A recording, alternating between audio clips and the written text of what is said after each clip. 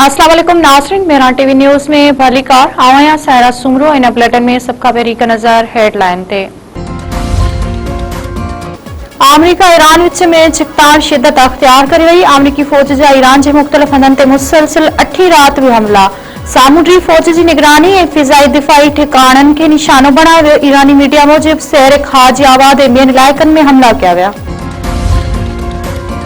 ईरानी फौज पारां कवैत में ॿिनि अमरीकी फौजी हथफनि ते ड्रोन हमलनि जी दावा। ईरानी फौज पारां जारी कयल बयान में चयो वियो आहे त कवैत में हथियारनि जी डिपो ऐं पेट्रियाट दिफ़ाई निज़ाम के रडार के निशानो बणायो वियो।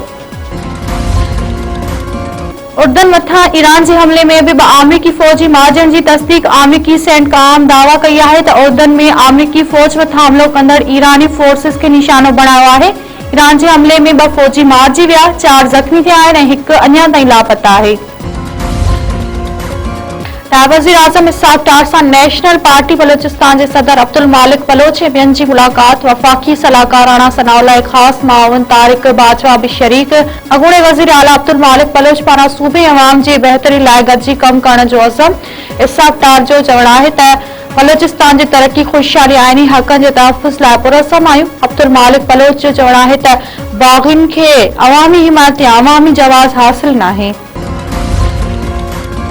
टंडोला में बहराम जवाबदार मुबैना तौर मासूम पुट के कत्ल कर छो। शहर के पीर कॉलोनी में 4 वरियन जो फयाज शीदी गलो कपे कत्ल।